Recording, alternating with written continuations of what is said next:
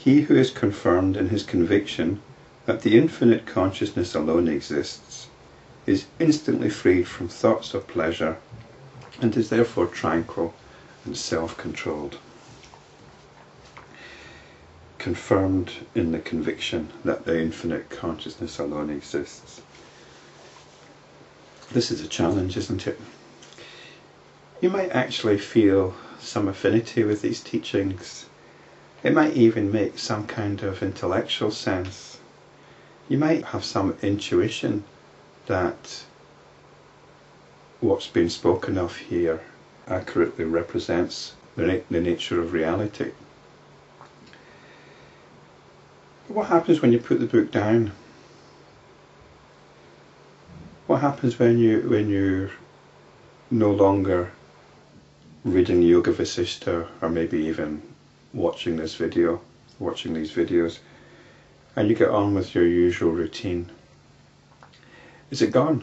Are you just immediately back into your usual patterns, and all this realization of the infinite consciousness is no longer pertinent because you've got stuff to get on with? And this is really the challenge of what's referred to as the latent tendencies. While considering this, while reading this, while thinking about it, it might seem fine, and you think, yes, I can be free, I can be tranquil and self-controlled while I'm sitting here, while I'm reading this book. I can get into the zone. But then, after this, when you're getting on with the usual activities, what does it all amount to? And it's the usual activities we can regard as our latent tendencies. It's the usual activities that are our area of work, are our area of practice. It's when we're just sitting in a chair by ourselves, or lying on our bed in the morning or at night, when we're talking to people or getting on with whatever we have to get on with. That's the area of work. What pertinence does the infinite consciousness have then? So we ask ourselves these questions all the time. We turn to the state of our attention, of our emotions. You might think, oh, I don't want to look right now, I'm not quite in the mood for it. I don't want to be thinking about the attention, I'm feeling quite yucky, or I'm having too good a time to worry about infinite consciousness. This is the challenge, this is the practice. What excuses do we make not to do it? So, tranquility is perhaps not that easy to find. The mind is by nature inert. This might be another way of helping us.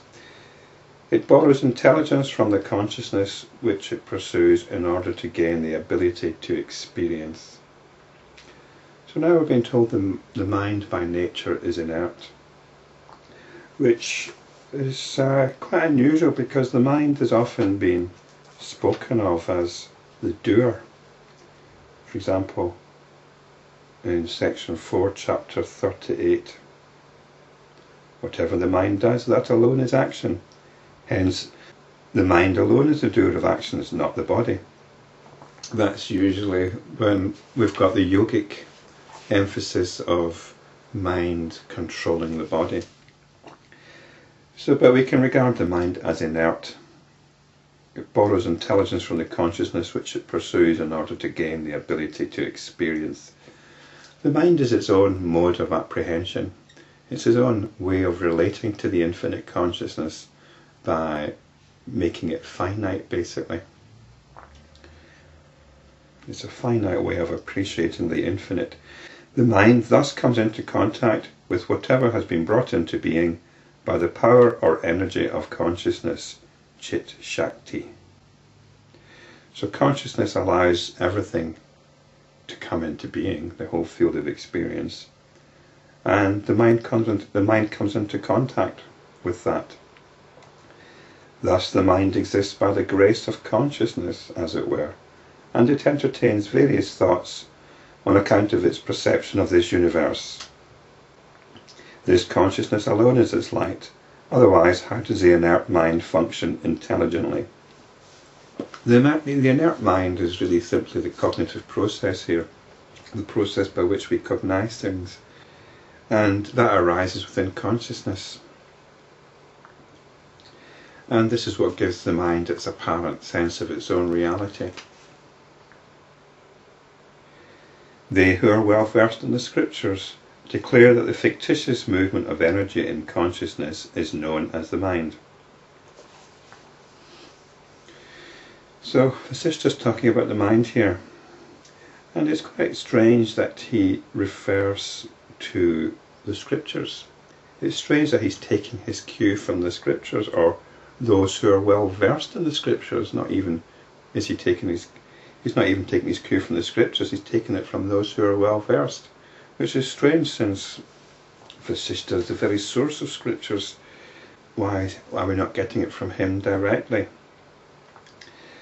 And this seems to me that's because, as I said before, that the Yoga Vasistha has more than one contributor to it. And somebody's making a case for the mind, perhaps a student of the guru of the Yoga Vasistha school, and that's his point of reference, well versed in the scriptures. So it's not coming from his own realization, it's coming from what he knows from those learned in the scriptures. So it's possible we're not getting a first-hand account here, and this is another voice speaking. But it doesn't really matter, because we can still make something of what's being said. And the expressions of the mind, like the hissing of the snake, are known as thoughts or ideas. The point here being, like the hissing of the snake hisses before it strikes. And thoughts or ideas are like the hissing of the snake. They are poisoned, basically.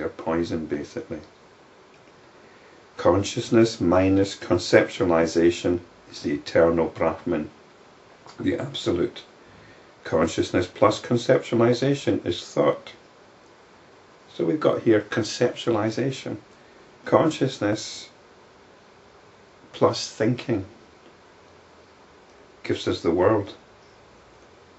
Once we bypass thinking, let the thinking go, then we've got the eternal Brahman, the absolute. And thinking is conceptualization. Previously we were told to use the weapon of non-conceptualization. Use that to cut away thoughts and realize our nature as the eternal Brahman.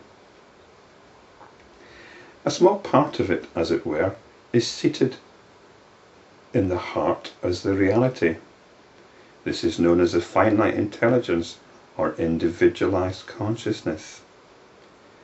A small part, as it were, is seated in the heart as the reality. This kind of statement can give rise to so much doctrinal debate. People start thinking that the heart is something special in relation to consciousness. But the heart really is just the heart of things. There's a famous Buddhist sutra called the Heart Sutra, which really, I would say, has the same fundamental message as the Yoga Vasistha. And it's nothing to do with the physical heart, or even some subtle version of the heart. It's the heart of all things. It is our essence.